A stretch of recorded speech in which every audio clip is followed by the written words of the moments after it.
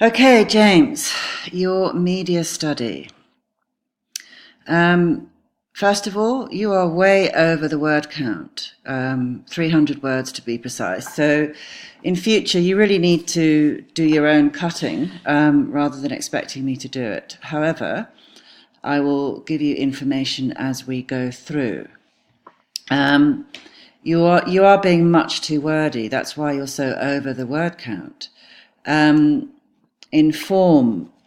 Yep, so they're both magazine advertisements through a variety of magazines over the years. It's just too general. Which magazines? What kind of magazines? Would it be in, they're obviously American. Were they published in America? You need to find out what kind of magazines they were in. And you're just being wordy. The idea that they take up one page is ideal as it draws attention to them. Just be more concise. Advertisers would have taken out a full page spread in order to gain maximum impact on their target audience. You're repeating ideal. Now you go into here, you've sort of gone away from form and you're discussing visual elements and language. You really just need to show your understanding of print form. If you look at the information that I gave you and the PowerPoint, that's what you're showing your understanding of. And you show your understanding that at the time the two were released, magazines were much more widely read and used. So you need to tidy that up. Now, purpose. Again, this is why you're so over your word count, because you really need to just be quite succinct in form, purpose, and target audience, and save your words for your analysis of visual elements and language, which I did make clear in class. Both aim to sell Coca-Cola products to the intended audience. And then you just repeat it. You just sort of repeat this whole thing again and again. Keep purpose very short and sweet.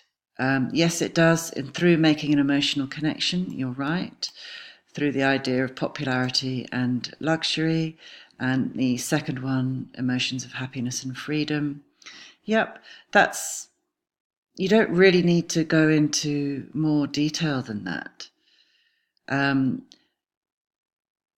And obviously the first one is using celebrity endorsement in order to appeal to the target audience. So you can cut quite a lot of that. Target audience. Again, young to middle-aged people with jobs. Why with jobs?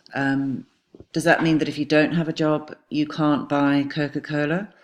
I think you need to be more specific here. So this celebrity, obviously he was very popular at the time.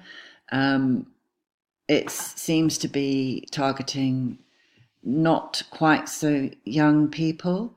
But you need to do more research on him and what kind of music, and what was his audience base, because that's what celebrity endorsement is all about. Beyonce, does she appeal to you? So when Coca-Cola uses Beyonce, they're appealing to young females. So that's the kind of thing you need to be finding out about this chap. And this idea that they have busy lives, I'm not sure where the evidence is to support that. Target audience for the advertisement. 2, your editing needs improvement. Is too young adults, as in the days of working every day with twice the Coke, you could escape that all. So you need to go back and re-edit this because it doesn't make much sense. Young adults, so it's a young couple.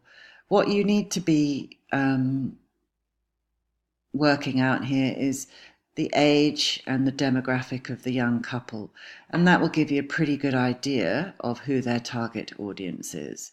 So it looks to me like 20 to 30-year-olds, 35-year-olds. They're obviously at the time considered extremely good looking. And what are they representing here? There's a bit of, they look like they have an active lifestyle. The idea of the multi-pack is obviously to do with parties. That's what you need to be looking at. They don't look like your average road sweeper. So you're looking at a certain professional, perhaps, demographic. So you need to be a little bit more specific with this. At the moment, your whole draft is just too vague. You're not really using the technical language that you need to use for this kind of analysis. And then silly things like this article. They're not articles, they're advertisements. So you need to make it clear that you understand that advertisers use the conventions of persuasion and advertising in order to create or evoke certain or build interest or desire for the product by appealing, by creating an emotional connection with their target audience. Now that is on the handout that I printed out, which is also on the PowerPoint. So you need to go there and you just need to cut down. You need to read your work out loud, and then you'll hear where it's getting too general and when it's not making sense. Okay, so again, lots of editing issues here, James. Where I've highlighted in red, you need to be going back and checking all of this. You do mention celebrity endorsement. We need to know more about him. Don't use words like vibe, even though it's a report, an analysis. It's just too colloquial. And this is just, again, in red. You need to go back and be double checking this. Social context. You say that there's no relevant background information about them. Well, if there isn't, then don't say it. It's not relevant about orbiting the moon. But you say there's no relevant background information, and then you talk about this chartered plane crash and the day the music died. Well, that's all totally relevant. So that's what you should be starting your social context with. And here, Advert is talking about stocking up on Coca-Cola. Well, that's not the social context. And it's not really right either. So you need to have a look through here again and get a little bit more information. The stuff about the tragedy is good, but you need to find out more about this guy and why was he popular at the time. The social context, if you look at you've said 1959 and 1968, so they're almost 10 years apart. Were there big differences? Was in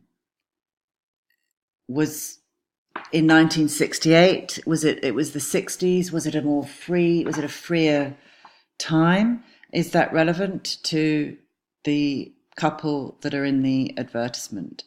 If there's not a huge amount, then cut this right back, because you are repeating yourself a lot with this having good time and relaxing.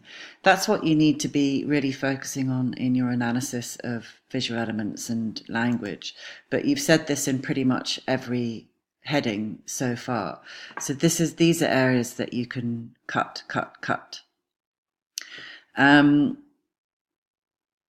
It's not a story being told. This is the emotional connection. What were the values of the time of 1968? See if you can relate that to the social context. I I've highlighted in red. This is just much too colloquial. It needs cutting or editing. Right, visual elements. Well, you've mentioned these slogans, foreground, background, but you don't analyze them or explain the effect. So there's actually no analysis here, James, and you need to structure this with topic sentences, which might be both advertisements use lighting and colour, or both advertisements use colour. And then you explain what they do, and then you explain what the effect is. How does that reinforce the value or the connection that each ad is trying to make with its target audience? So this needs a lot of work, because there's no analysis. Language features. Again, you haven't analysed enough of the language. So short sentences, like "you can't have too much Coke" indicates this. Indicates what? That it's trying to sell the product? No.